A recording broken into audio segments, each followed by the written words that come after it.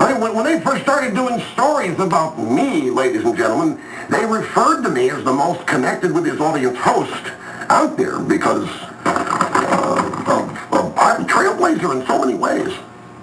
People have forgotten. To the phones, we have Eric from the Washington area. Hello, Eric. Great to have you here.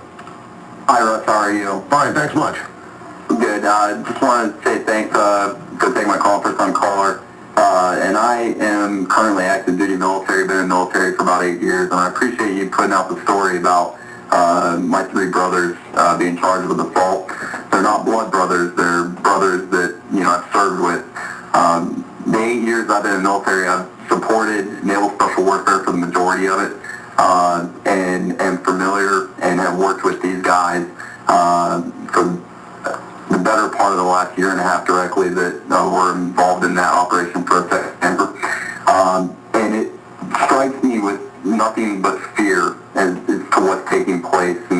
And we saw it 3 years ago with the situation in Haditha. We're so constrained now by the rules of engagement in Iraq and Afghanistan and everywhere else where we conduct these quote-unquote overseas contingent operations.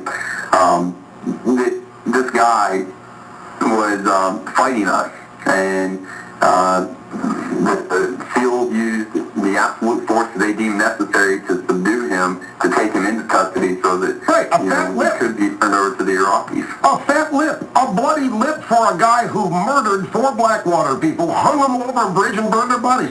Folks, if you want to see if you want to see how horrible this incident was, Debbie Schlussel at her blog has pictures.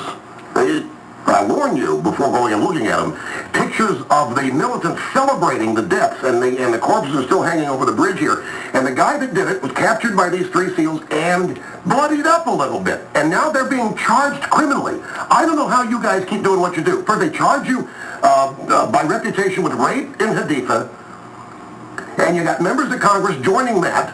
They charge you and make you out to be torturers.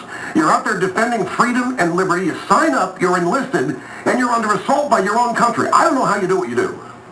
And that's the other thing that absolutely irritates me with this is that it's the operators that are being charged with assault and not, the officers aren't taking the fall for it. Just like we saw in Abu Ghraib, the enlisted took the fall for that despite, and Abu Ghraib was not correct.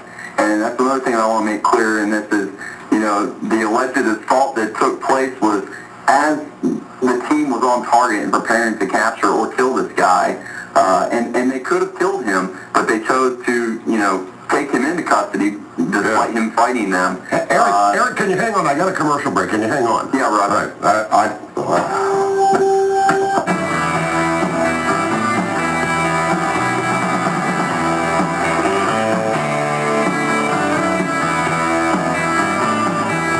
Back with Eric from the Washington, D.C. area, who is a Navy SEAL. We had to stop you for a commercial break. You were explaining what happened at Abu Ghraib, how the officer corps somehow found the way to exempt themselves from any blame or punishment. Yeah, exactly. And real quick, I am not a SEAL. Never have been a SEAL. I'm active duty military, and my job is to support naval special warfare. I support SEALs. So I'm an intelligence analyst. I'm not a SEAL. But no, and that's the thing is, guys that are going to end up taking the fall for it. I don't think it will. I don't think they will take the fall for it. But they didn't do anything wrong. And even in the officer leadership, they didn't do anything wrong. Wait a minute. We're living in 2 different universes here. These guys are in a war. They're on a battlefield. They are up against an enemy which has murdered 4 Americans, and they're charged as criminals for punching a guy and giving him a bloody lip in the middle of a war. And another thing is, look at the guy that killed Mike Monsoor, Medal of Honor recipient, who actually went through the same survival. He was in the same survival class as I was. I had the very fortunate pleasure of knowing Mike Monsoor. And that guy's still on the streets in Iraq, and the Iraqi government's not doing much to help us in getting him off the street.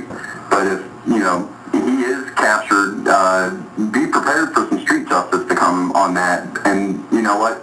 Things happen, and there's absolutely nothing wrong with that because he killed one of our brothers. Actually, 2007, I lost my best friend, Stephen Doherty, who is the first naval intelligence professional killed since September 11th. And thankfully, the guy that killed him was killed during the course of that because it was an IED on the way back. But anyway, you know, it's leadership. Leadership needs to step out in front of this. And right now, I'm calling on Secretary Gates to stand up and get rid of this situation. And I'm calling on the Commander of Naval Special Warfare Command to absolutely defuse this, because... What about the Commander-in-Chief?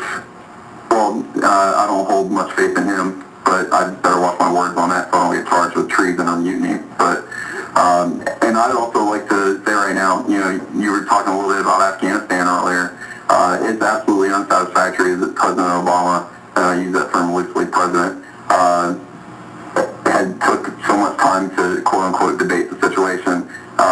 They've made General McChrystal, who I used to work for and very deeply admire, they made General McChrystal the front man on this, where, you know, General Petraeus is subordinate to not only the President, or General McChrystal is not only subordinate to the President, but he's also subordinate to General Petraeus as the commander of U.S. Central Command. Where is General Petraeus been in all this? And I'm calling on, just so that he can save face, General McChrystal should resign before he takes the blame for President Obama's failure. And the public needs to hold President Obama accountable for what's going on in the AFPAC region, and not General McChrystal. I have full faith that that being held to account will occur at some point down the road at the ballot box. I do too, Russ. I do too. Well, Mike, I'm glad, or Eric, I'm glad you called, and I got to tell you, it's thrilling to hear you say what you said. I can imagine the frustration people like you go through every day when you see this happen to your brothers, as you say, and watching what happened in Abu Ghraib and the stuff down at Guantanamo Bay, and now the whole notion that you're rapists, thugs, and torturers is an image that has been purposely crafted to discredit the U.S. military. It has been purposely crafted by the Democrat Party.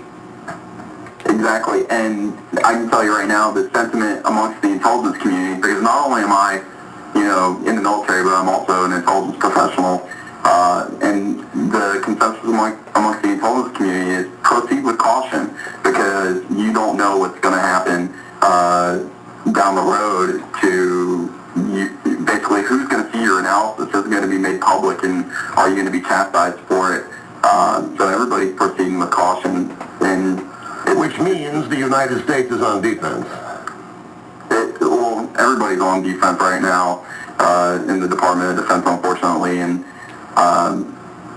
you know, it's unfortunate, and I wish that, you know, I didn't agree with I was a supporter of President Bush. I didn't agree with everything he did, but, you know, one thing's for sure, he was a leader, and our current Commander-in-Chief by far lacks leadership characteristics and abilities. Eric, thanks for the call. Great to have you here, and happy Thanksgiving. All right, happy Thanksgiving to you. You bet. That's Eric from parts unknown in Washington, a naval intelligence officer. Ladies and gentlemen,